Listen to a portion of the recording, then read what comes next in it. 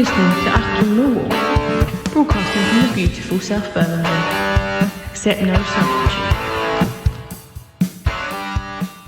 Hello, dear listeners. Welcome to an impromptu Achtung conversation this Friday, grey Friday afternoon.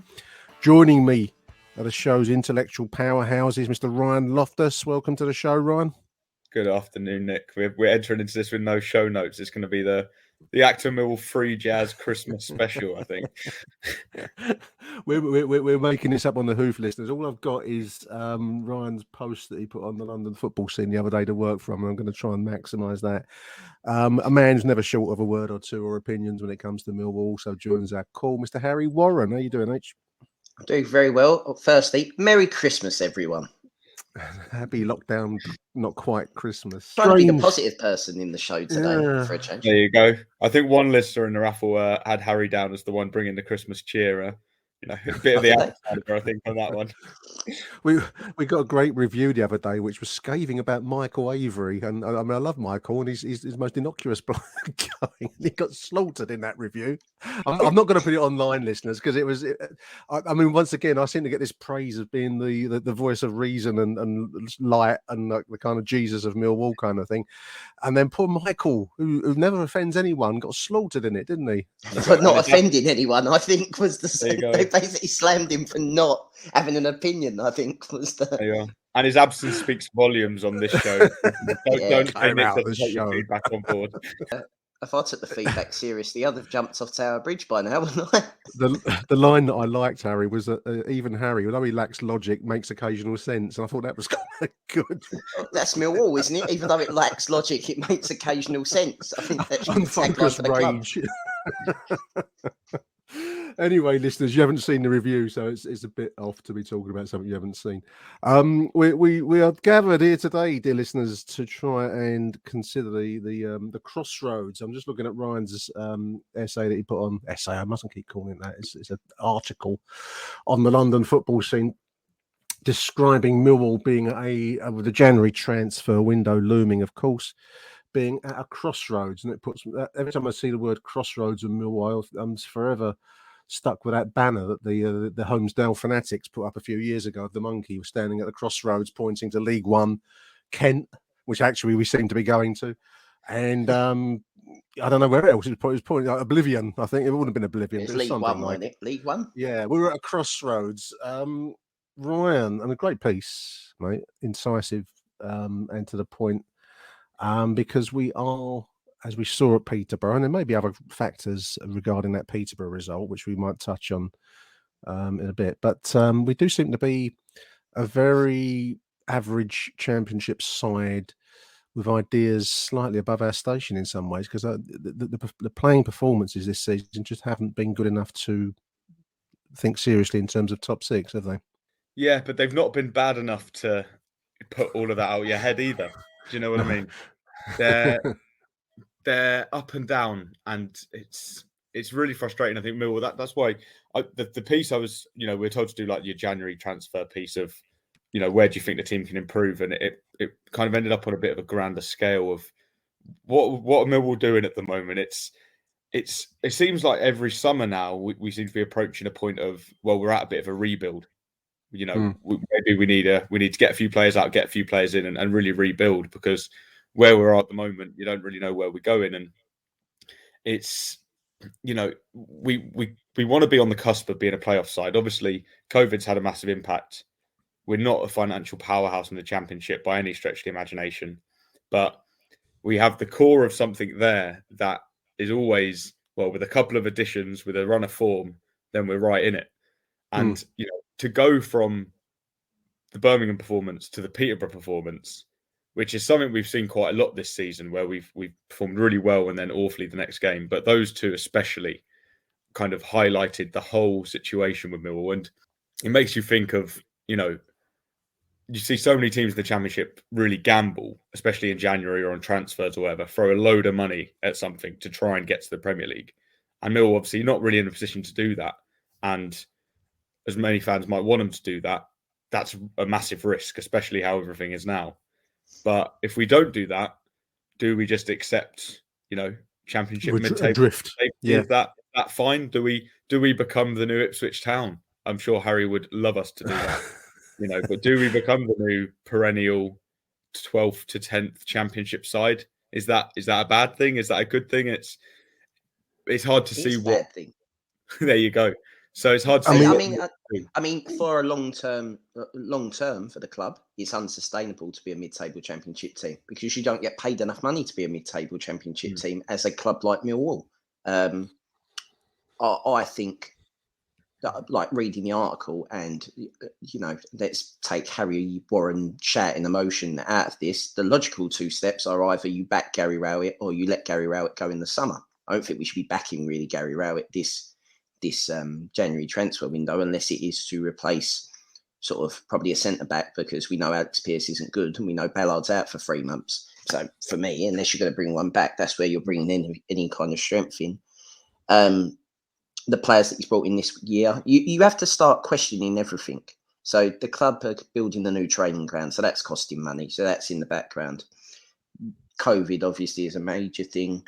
Then you have to look at Gary Rowett's contract that runs out this season. Is that correct? He runs out at the end of this year. I Don't think know. Yeah, Don't know. Does it? So Rowett's out of contract. So then you're asking, well, going forward, are we happy with this project, or has this project reached its natural conclusion? Has this cycle, he took us away from being a League One side that can play Championship football, and which arguably he's done. But are we now at a stage where we need something new? I think Gary Rowett is an uncomfortable fit for Millwall Football Club in terms of style and in terms of understanding what he's got in us as in a fan base. But that also is the flip side of, do Millwall fans know what they've got in Gary Rowett? Now, I think Gary Rowett is like buying your wife a toaster for Christmas. It sounds like a good idea at the time, but when she opens it on Christmas Day, she's not necessarily thrilled that you bought her a toaster. She'd much prefer a perfume or something else, something exciting. And I just think, as well with the COVID thing, I don't think he's a COVID manager, if that makes sense. He's when you go to the Den, you want to be taken for an hour and a half out of your life. You want to be invested in this game, this experience. And he doesn't play the kind of football that does that. On times he has. The Birmingham performance was a Millwall performance. The Stoke game earlier on in the season. But these are instantaneously shut down by his press conferences afterwards, which don't talk about the positive of that performance. They seem to always be very negative. Whereas he was trying to look for the positives in the Peterborough performance, which I couldn't see any, other than the fact there were no positives in that game, H. I mean, there may be. It's not supposed to be Rowett bashing. It's just logical questions asked about where we want to go. I'm very much the idea that I've seen enough of this. I don't think he's done a bad enough job to be sacked. I'd like to make that very clear, but I do want change. Now, the logical, this would be a thirst for Millwall. I can't remember us ever just going to the end of a manager's contract, other than Jacket, I suppose, and just going, it's time to change. The problem is that I don't think we're cutthroat enough as a club to know that we're not going to renew Rowett, and in the background, in some secret room, John Berylson and Steve Kavanagh are having a chat about managerial targets. And if we did, John Berylson is a very loyal man. I mean, it's a good point with Jacket there. I mean, we didn't let Jacket go; he went. I think famously there was a board meeting, I think, where they were gathering to talk about Kenny's plans for next season. Kenny's plan for next season was to leave, so it was his decision. Now that looking back, we can probably see the whys and the rights and wrongs of that.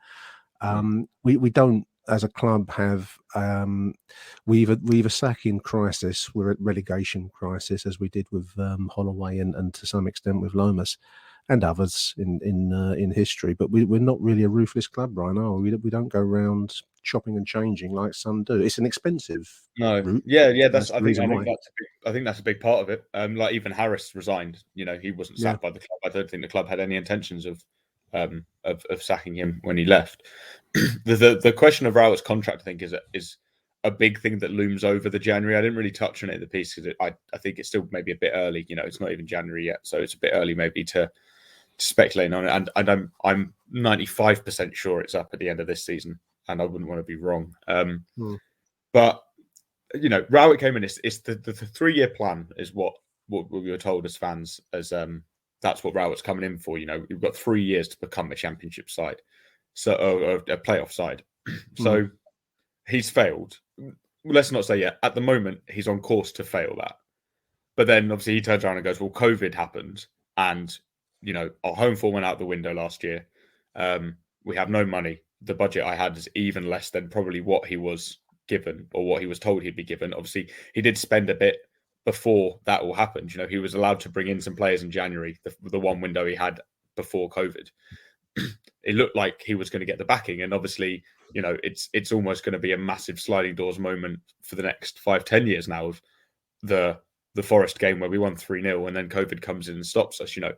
Whatever happens after that, if the COVID hadn't existed, is going to be a massive what if for the club, because that looked like that was going to set us on course to at least finish in the playoffs and make us an attractive prospect going forward. So the massive question is it's a question of foresight. And like Harry's saying, do the club have the history and do they have the maybe cold-bloodedness you need of negotiating someone in through the back door while showing the other manager out the front door? I don't think that's John Barrowson. Sorry, on, I'd ask you both. Would you want that? That's the question. Do you want that? Are you ready? Do you want change? Because I think you should. I think you should be judged on. I think the COVID excuse is an excuse.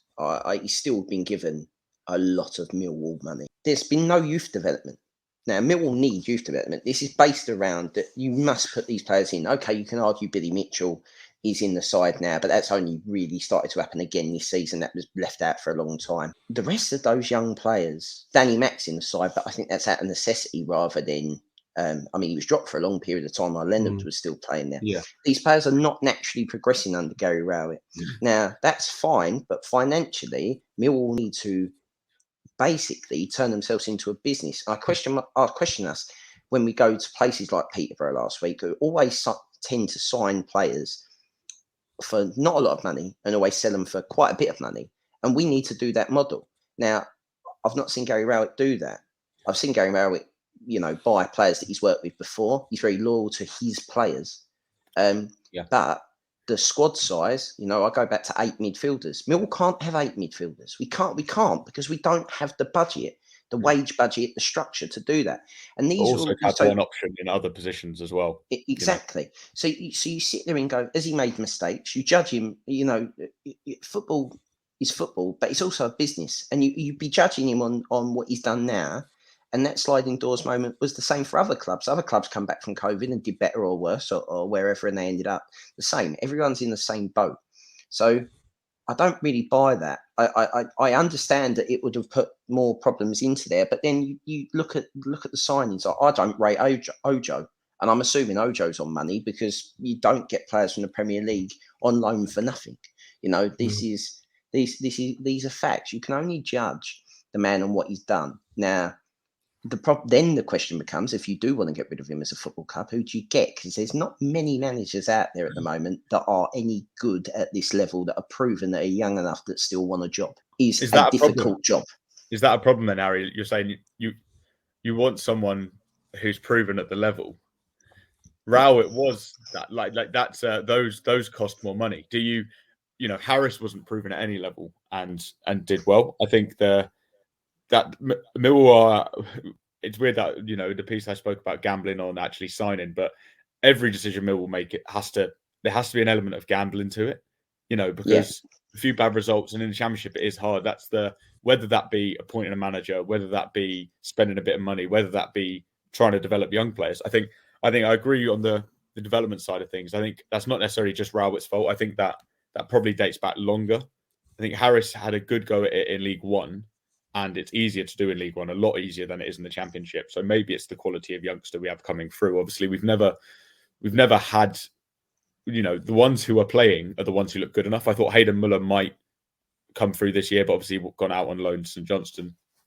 But, I think that is a problem the club has had before, even holding on to youngsters. Our most talented ones, Abdul Malik nearly left, Eze left. There's been quite a lot who have kind of slipped through the cracks, as it were. And Millwall, we just don't make any money from players that we develop. Ben Thompson is more than likely going to either leave in January or leave on a free in the summer. And he was, for a time, our brightest prospect. And he looks like he's gone for money. At some point, you'd imagine. So that's part of the gambling. I mean, Forest, I think, lined up on one of it was a cup game still, but I think it was 9 of their starting 11 were from their academy. You know, we can't really do that, and our academies have been doing really well the last couple of years. And that's one of the one of the alternatives I put in the piece is that do we just put faith in that youth, whether it be next year or this year? I wrote about maybe recalling Isaac Alafe because we've got all of our strikers out of contract in the summer. That they kicked off contract talks with Tom Bradshaw, but that's not a guarantee he'll stay, and not a guarantee that that's the best decision. I think it wouldn't be a bad decision to keep him on. But Afobe's he's out of contract with Stoke, but he's only on loan. There's no guarantee he'll be back next year. But Alafe is someone who's bright. He's done okay in League Two since he's gone back to Sutton. He was looking like he was going to be a part of the squad until he got injured in pre-season. But is it better? Okay, you want your young players playing, or is it better to have him in the Championship, acclimatizing to the level, learning off someone like Afobe could teach him so much. They play very similarly. They're fast strikers who get in behind and harry defenders quite a lot, and they both seem to be really good goal poachers. Afobe's he doesn't have to do a lot creatively or anything. He's a finisher, and Alafi seems very similar to that. So is it better to have him playing at Sutton where he's enjoying it and doing well and getting game time, or have him in training with someone like Afobe, picking up tips and tricks for how to be a striker? He's not 18; he's in his early 20s now. You kind of start having to throw people in. We've lost Ballard for 3 months. Do you get Alex Mitchell in to be in as cover, and actually give him game time? Because Ballard's not going to be here next year, whatever happens with Arsenal. But again, I still think we'd probably be out of our price range even if he wanted to come. Pierce will probably be gone. Hutchinson's not getting any younger. Cooper, again, another one of hindsight is potentially, as we were talking at the social we had, could have sold him. There's a lot of what ifs, and that's why it's for me that crossroads of who's going to be the manager, who's going to be in the squad. Loads of our squad are out of contract. Who's going to be our team? I think at the time being, our lineup for the first day of next season is almost unpredictable. Jed Wallace most likely not going to be here. Half of our midfielders probably not going to be there. But Billy Mitchell's probably the only name in the team sheet and Sean Hutchinson that you can say are probably going to be there. Cooper as well. But to some level, boys, I mean, I was interested. There's been a kind of a story from Ipswich this week who they were going to appoint as manager. There's, the kind of football world was, I think, expecting Neil Harris to be appointed, and then they've gone for this Manchester United coach whose name escapes me as we're talking. McKenna. And also, even when we went to Peter, 200 to 1 to get relegated, anyone who fancies that. That's very, very good odds for a man that's never managed in the Football League in a club that has an unrealistic expectation. May I just put that out there for you now? There's the point that I'm driving at, H, and even to some extent, when we went to Peterborough last week, they were known. Everyone was saying it. They're known as being an attacking side. Ipswich, rightly or wrongly, and they have past glories from some big European level wins in the past, but they have a self-image where they demand, rightly or wrongly, possibly wrongly, a certain type of football, a certain level of expectation. And Neil didn't fit into that. So they've gone for this unknown guy from Manchester United. And, as you rightly say, H, we'll see where that finishes. It might be success or it might be League Two. We'll see.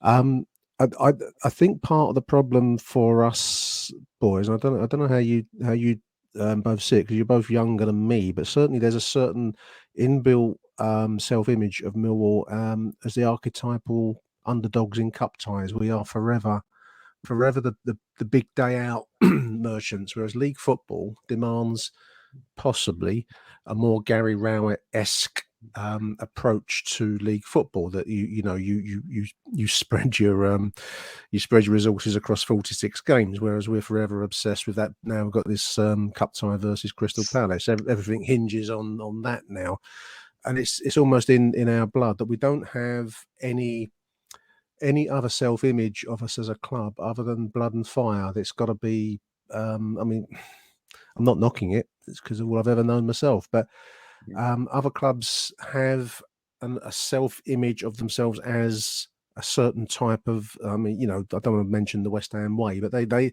have an expectation of a certain style of football, if that makes sense. Liverpool do. The best clubs do. Even Ipswich do, It's about getting the balance, though. And it's so difficult to get that balance right. And I think it's a disservice to probably, in League One, we weren't just, you watch back some of that football, it wasn't just lump it forward. I think everyone looks back at it like it's 4-4-2 and lump back with spectacles. It was needs must. It was effective. It got us out of the division. You still had Aidan O'Brien and Wallace scoring 2 of the best goals I've ever seen down there on the game.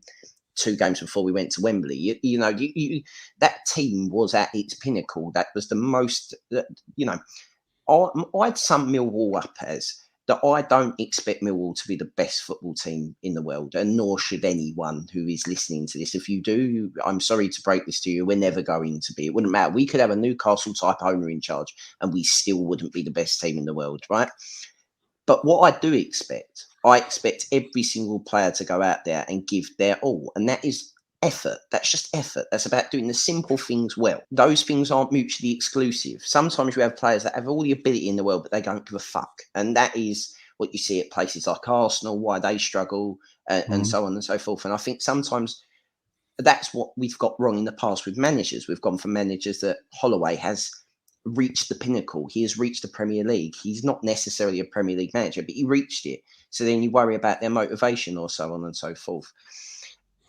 My ingrained idea of Millwall is that I believe that my club is different than any other club. And I don't think there is another club in this country, at least, that is like this club.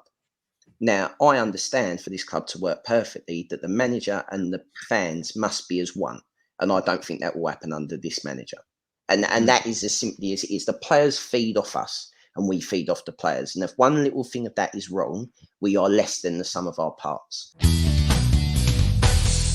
Achtung, Millwall. I mean, Ryan, it's been noticeable that our best performances this season have been more traditionally Millwall in feel, haven't they? I mean, I'm thinking back to the game against Birmingham. There was the other one. Was it Stoke where we Stoke thrived in the chaos. Thrived in the chaos. It was a decisive win. And I can't remember offhand if that was a 4-4-2, but it felt a bit like it from my seat up in the in Block 1. And the Gary Rowett style, which is very functional, doesn't lift the spirit, and it certainly doesn't put many Millwall bums on seats. It is a bit of a problem, isn't it? We seem to be. I mean, what are we now? We're 11th in the table. Just looking to my right, to my phone, 11th in the table. 5 points off of 6th spot, and as you put rightly in your piece, it's very hard to see us changing that by the time May comes around. We do look a very mid-table, very average Championship side, and that doesn't get the spirits going either, does it?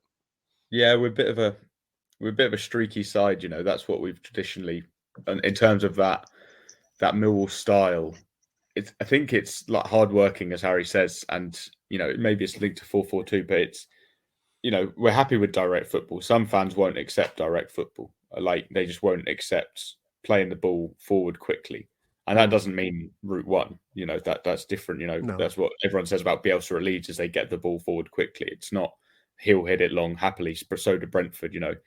It's about doing it well. I think when we had Harris, I remember that beat Bristol City 2-0, and I think it was Ben Marshall and Jed Wallace got the goals. And some of the football, like we were playing, it was unbelievably fluid. People moving. I think Ben Marshall and Jed Wallace both played left wing for periods of that game, and we had one striker and one So it's not about being regimented and just labouring and hammering the same thing, but it's about being exciting. And those wins, the Birmingham one especially, the comeback against Stoke, they've been really exciting. They've been really, really exciting forward performances, and it's not necessarily been. It's been 4-4-2. It's been a back five that kind of changes shape to a 4. It's like a version, yeah. It's been fluid, with Murray Wallace and Scott Malone, how they kind of change on the left. Like Scott Malone pushes so high, even if we're playing a back five, it's a 4, and there's Bradshaw and Afobe working together well, and that it's unsurprising that Millwall fans have got off their seats for that. And it's not because Millwall fans don't go along with the little tactics board to the game. Look at how he's lined up and go, hang on, move the little counters around and go, it is 4-4-2, we can clap. it's not about that. It's the players are getting forward quickly. We're attacking, and against It's Birmingham, the effort. yeah. But when Birmingham, pulled one back, we kept going. Like I'm saying, when were we Yeah, ever? I'm in a game. It was the performance levels and it's the energy. And I know that in the Championship, that's really hard to have every game, and that's why I guess traditionally Millwall have been a bit more of a sit back and counter attack team away from home, because in away games the crowds kind of sustain themselves, and then if you can give them a bit of excitement, it lifts the levels even more. Whereas at home, you need to provide that excitement, and that's probably been the main criticism that Rowett's had labelled at him. It's that boring Gary Rowett, and Your football is shit. Was the, exactly was the view from the gallery. He was told that quite firmly at Peterborough, wasn't he? And it's not. He strikes me as a vain man. It's not that he's not trying. It's not that he's not trying. It's not that he is completely stubborn and arrogant to hear that and not be interested in changing it. Because we've seen this season, he has changed it. He's tried to address it. It's whether or not he can, and he truly wants to, in terms of, he's probably happier to be 1-0 up and grind it out than to gamble and go for a second. Press on for that second. Yeah, I agree with that. I think Harris always used to be press on for the second until he wasn't, and then it started going badly. Wrong. Yeah. Exactly. So that's Harris got to the stage where by the time he left, everyone kind of knew he wanted the draw, and if we could nick a win, he'd be happy with it. And at times, Rowett has seemed to dip into that and dip out of it. And so that's what's been really hard with making out Millwall this year, because we are swinging from one performance to the other. And at this rate, it doesn't look like we're going to be good enough to be in the top 6. And you look at sides that are, the sides that are up there are, it's again about that foresight is, Coventry, okay, they've traditionally been a top side, or, a higher side than Millwall have been traditionally, but they're not that rich. They've had a load of financial troubles. Luton, teams like that, who are being clever in recruitment and playing and having managers who are doing something a bit differently. Mark Robbins at Coventry, they play brilliant football at Coventry. They have some players. They have some amazing players. Callum O'Hare's fantastic. They've got Hamer in midfield, who's just, I think he's Paraguayan and he just runs all day. He's the traditional Argentinian number 6 who just is aggressive, who Millwall fans would love. They've got a load of exciting players. Luton are the same. They've got players who really put on a show, and they don't have a load of money either. Like, there are teams that are showing it as possible in the Championship. Not necessarily always. You look at someone like Barnsley, who got to the playoffs and now look like they get relegated. Okay, their manager's been changed, but at this level, you have to be prepared to sell players on, and you have to have a plan going forward. Can I also say that, if we rewind this pod to a year ago, we're sitting here last Christmas and we're talking about, I think we just started the losing run around this time. Yeah, we had an awful run, didn't we? Yeah. Yeah. And everyone was telling me how good Ryan Woods was and what a fucking loss Ryan Woods would be if we didn't have Ryan Woods. Who's doing really well at Birmingham, obviously. That's his style of football. That's his style of player, which isn't ours. And that's the disconnect, and that's why you can only judge him on what he's done, and I'm only judging him on what he's done. I'm just re-highlighting that this is Gary Rowett. I think this is his zenith. He's not going to get us any higher than where he's been getting us. 10th is about where you're going to finish with Gary Rowett. That is where we are going to finish. 10th, 11th, 12th. But they're much of the muchness. I'd rather go, call me old fashioned. I'd rather Millwall go out on their sword than do this. And I think a lot of Millwall fans feel the same. I know there are people that feel my way of thinking. I know there's people that are going, shut up, you're a wanker, stop talking like that. We've been in League One, blah, blah, blah. But the difference is when I don't want us to go down, and I don't want us to sack Gary Rowett necessarily. I just want us to be better. I just want us to I want us to aspire to be more. I don't care about grinding out draws away from home. I just want you to do the right thing at the Den. And he seems to be the other way round. Traditionally, with our results under Rowett, that we've been stronger away from home than we have been at home. And that's probably swayed by the pandemic.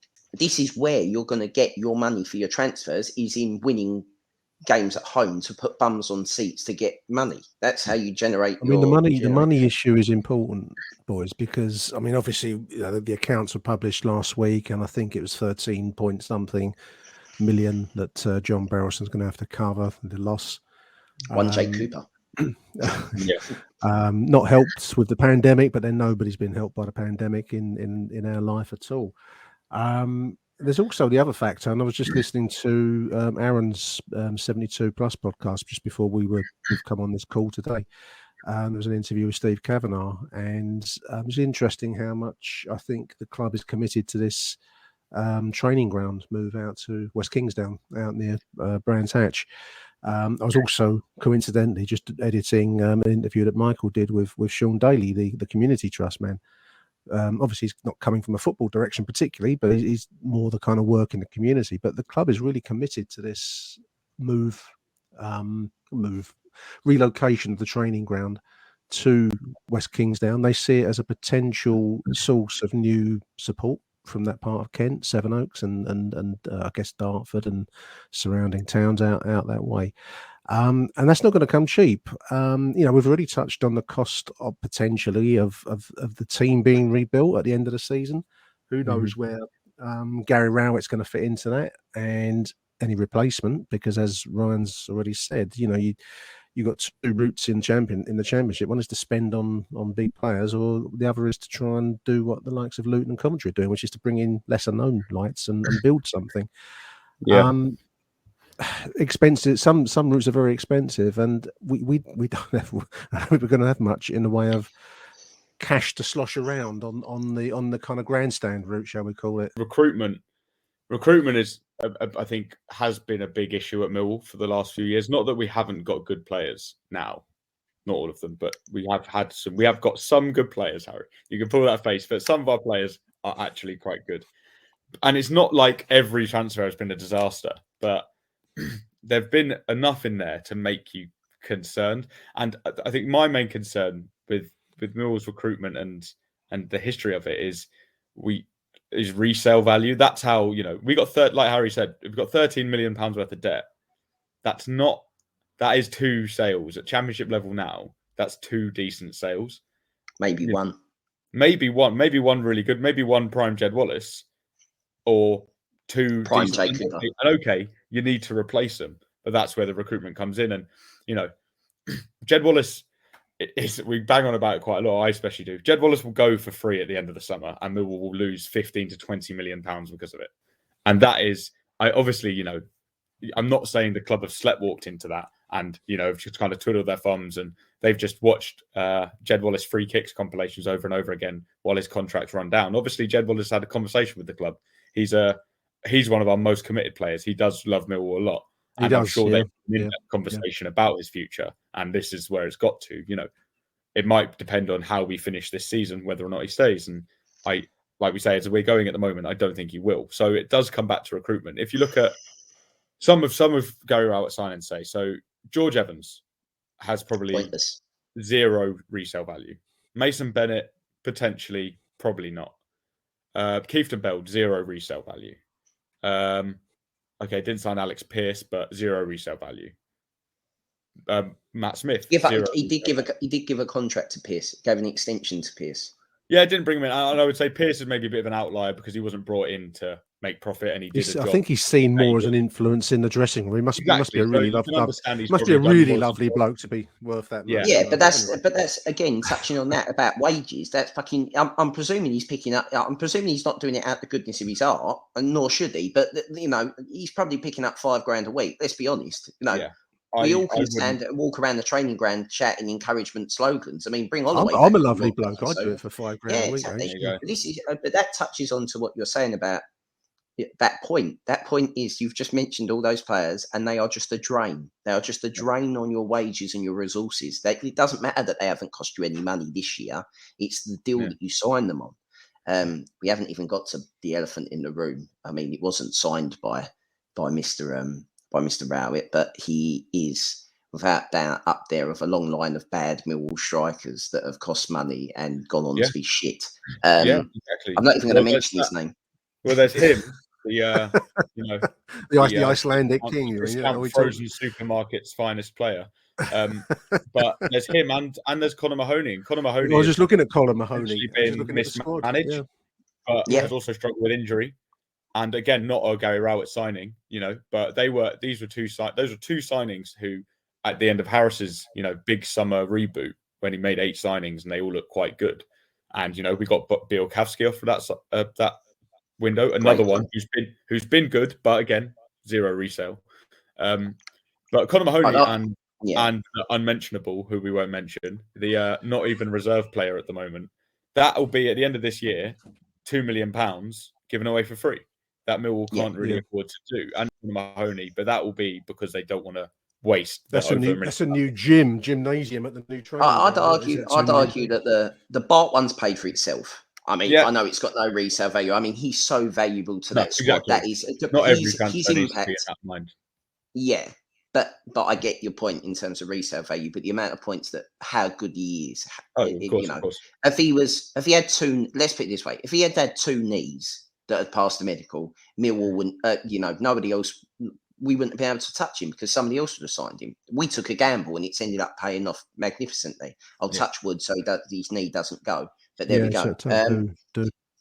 But the point is that the squad's unbalanced. The squad was unbalanced before. It's got further unbalanced this season. But coming from my limited understanding of recruitment and scouting and so on and so forth, the fact that Millwall allow so many players from their catchment area, they don't see them and they can't tempt them into our academy system is a long-term problem. But it does have short-term. There are solutions to that. There are massive solutions to that. And I do question, and I have questioned for a long time, the link between, I know the club does fantastic work, the community trust, so on and so forth. There seems a disconnect between what we do in terms of community charity compared to what we do for community footballing assets. So I wouldn't say, I don't see the academy players enough at the Den. I don't see them at the Den enough. That academy, they should be there for nothing. You shouldn't, all these kind of perks, you don't see that at the Den. I don't know if other clubs do that. I don't know if we have to be the first club to do that. But it's all interlinked at making you feel like you're part of the club. Yeah. And I don't think we do that because we have to do something different because we're a smaller club. Why would you come to us when you've got West Ham over the road who are in the Champions League, in the Premier League? Why would you do it when you've got Arsenal down the road? Why would you do, you can ask this about all these questions. They have to do something different. The training ground is going to be part of that. That's definitely part of why they want to do that. Calmont Road is not a top facility, to put it lightly. No, of course not. So addressing that is a big, that's always touted as a big reason of when you get players in and you want to sign, you show them around the facilities and kind of wow them with it. I think that might be a bit of a media comment on thinking footballers are really, really thick all the time. But I think it does matter. That's ostensibly where you work. There was a thing last year, weren't there, in the pandemic? I think we weren't still going to games, but they'd done that Football Manager thing that if you had to play your players that were within 5 miles of your ground or something like that. And I think off the top of my head, I think we had Jordan Sancho playing for us and we had, like some mad side that basically I can't think of the players, but it was on that level, and we were like, everyone was like, oh, they'd walk all these things, but that's not. There has been instances of Millwall having players stolen to Manchester City and Liverpool. I remember, was it David Amu? I remember from years ago. So the club do make these decisions, and the problem is, and this is, I'm going to touch on the fan-led review, that you should all write to your MP. People listening, you should write to your MP, and you should say that you want them to vote through the fan-led review. I've done that. I actually, although our MP will be in favour of it, because it is a massive thing. Because what the Premier League did, in terms to fuck over sides like Millwall and other smaller clubs, is that you don't get the monetary value that you should do for if you find the player, you put years into the player, it's done on, you get like £5,000 for the first year, 10 grand for the second year, 15 grand, then it goes to arbitration, which in the grand scheme of things isn't good enough because that's not fair. That's a lot of money to Joe Bloggs down the street, but it's nothing compared to, 189 million for Mbappe and the 350 grand a week that Mbappe Yang's getting at Arsenal. These, this needs to be addressed. And this plays back into, if you level the playing field, that's a bigger issue for football. But what Millwall can do in their own time is make sure that we've got 5 David Amus in the side, not just one. Oh, I know he went on to do nothing, but that's not the point. You don't know that at 14, 15. It just needs to be better. There's a lot of things at the club at the moment, not just you have to look at yourself. We have to look at ourselves and see whether or not we're doing the best that we can do. And I think in some aspects, we're not doing good enough. And you know, you've got to question the motivation of people of why they want to be at Millwall. Sometimes, you know, is it because no one will take that job? Is it because you're the best person for the job? Is it, you know, you've got to ask these questions. And I think by the sounds of it, Cav's got an idea of what he wants us to be and where he wants to go with it. But you've got to bring the fans on board. And in the meantime, while we're doing this, you know, you're letting, you know, I feel like I know you said at the start, you feel like we're at a crossroads. I feel like we say this every January, you know, and but the last few years, it has felt almost every end of season or every transfer, it's a bit of a, well, what do we do now? On that, the development side of things at the youngster, I think that it's really hard at the moment for Millwall because we're a Category 2 academy in a sea of Category 1s, and it's quite hard for us to compete with that. And every team now is looking in South London for players. So, you know, Liverpool and Everton and Manchester United, Man City, like it's hard. And like Harry says, the elite player performance plan thing, where you can literally just pick players now and go, thanks to you for training them up to 17, we'll have them now. Like Harvey Elliott went to Fulham. You know, he came through at Fulham, and they're not a bad side, not a bad academy. Then Liverpool just signed him for free, and then have been told to pay £1.2 million for it. So for Millwall, we had that Eddie Ose go to Man City, I think last season. I think we got 1.4 million for it in Tribunal, maybe around there, but 7 figures. But we've trained him up since he was a child. You know, he's from Lewisham. But, you know, if Man City come knocking on your door at that age, you're not really going to say no. I remember your head is turned, isn't it? The Millwall in you turns around and hopes that he gets a cruciate knee ligament injury. But that's the Millwall in you. But, you know, this is these are people's livelihoods and decisions. But this is, you know, you can't. It's part of it, though. I remember watching Sunday Until I Die or rewatching it not too long ago. And Josh Madger, who was in League One there, I think he's now at Bordeaux, went to Fulham on loan and is a decent striker. He's from Lewisham. And I remember sitting watching it being like, why isn't he playing for Millwall?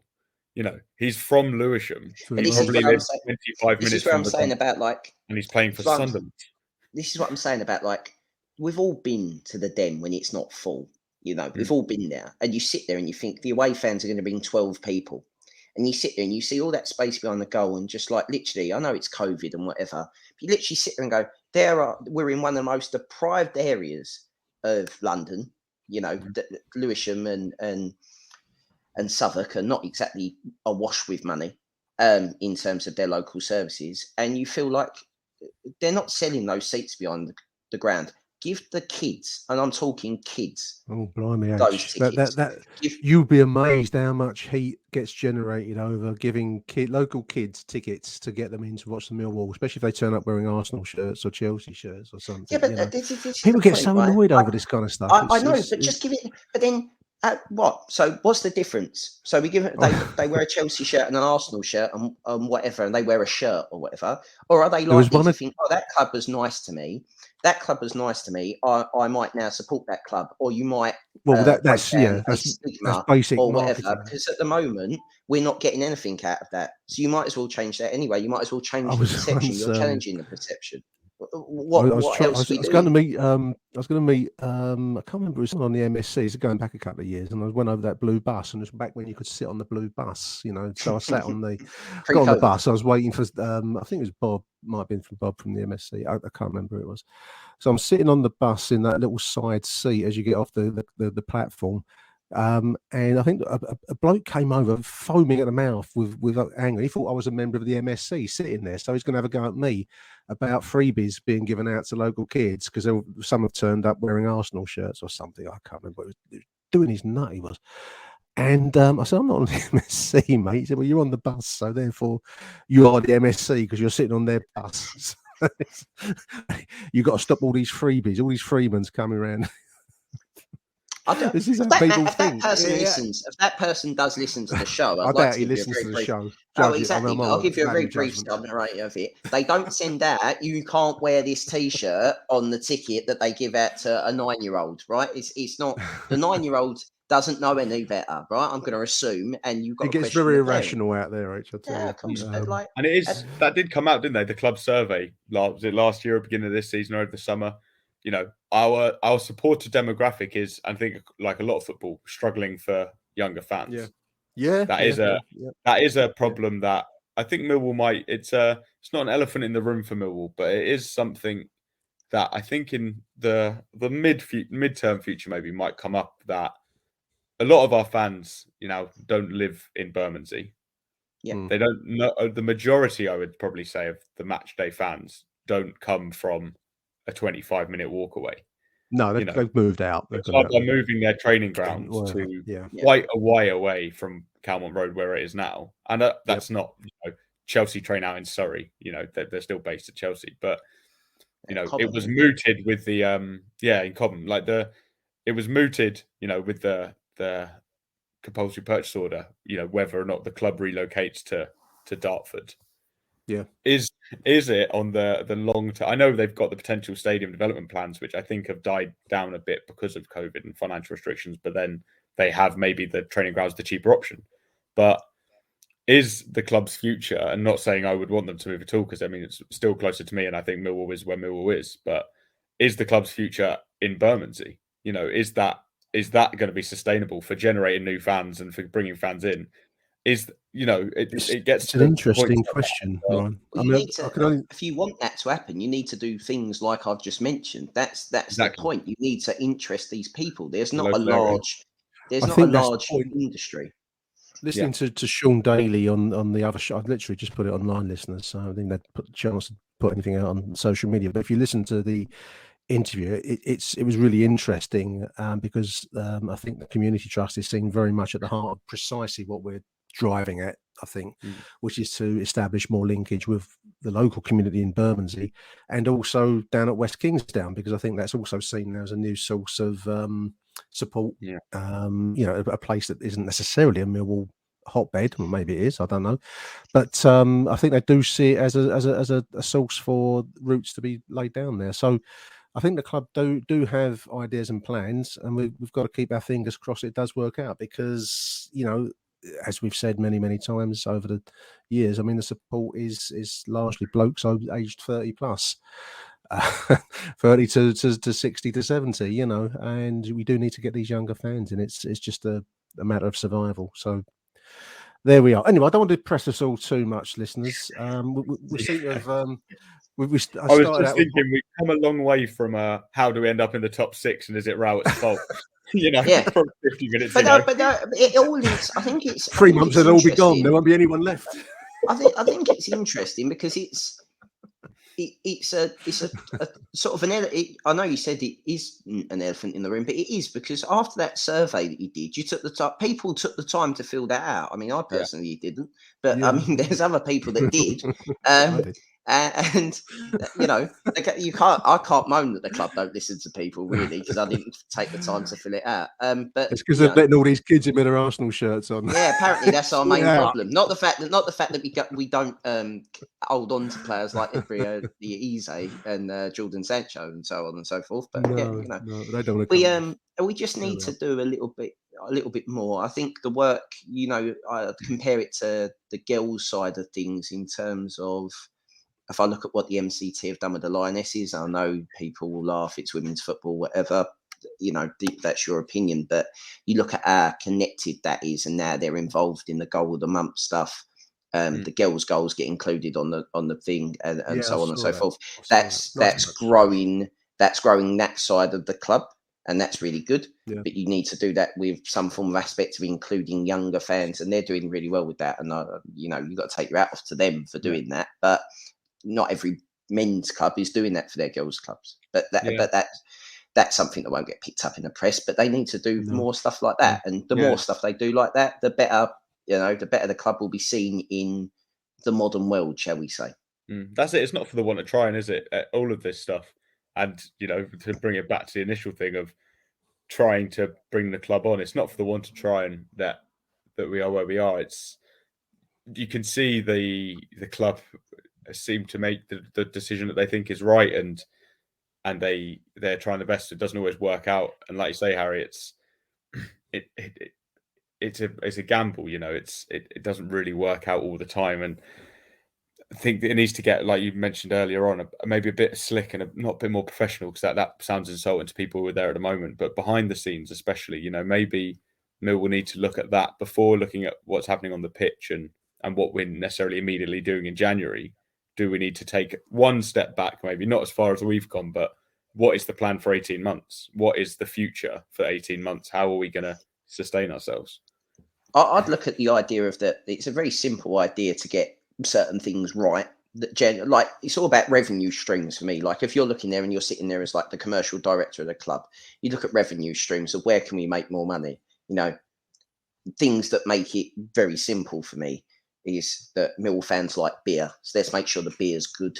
That's a very simple. Make sure the beer's cheap. Yeah. No, but these are things that, you know, these are things that you can't get wrong. You know, the charging Macron as a kit director probably is not a great idea. We don't sell many kits, but the ones we do sell would be handy if they lasted a season without losing the eye off the husky. You know, How are you supposed to buy them next year, though, Harry? If they last more than a season, then people won't buy the one next year. Look, there's a different. You don't understand capitalism, Warren. No, I do understand capitalism, but you just change the home shirt kit colour every year. That's the idea. This is very subtle, very subtle. You go. What you do is you do what every other club, inspired by the 1992 season, and then change the colour completely. But it's very simple to do these things, and I just feel like we never.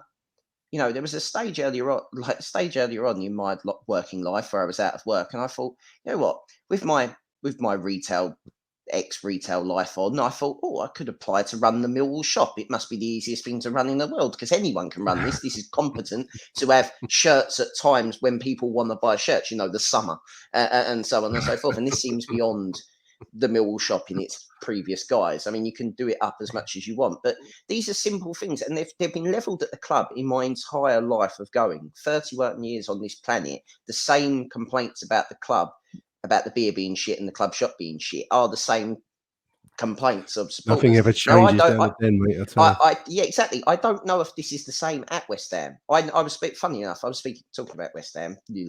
I was talking to a friend of mine who went to West Ham. He's got 4 kids, and he took the other week. He took them to West Ham, and I said, "What was it like?" I said, "Like the usual jokes. Did you need binoculars? You know, you're welcome for the stadium. These kind of things."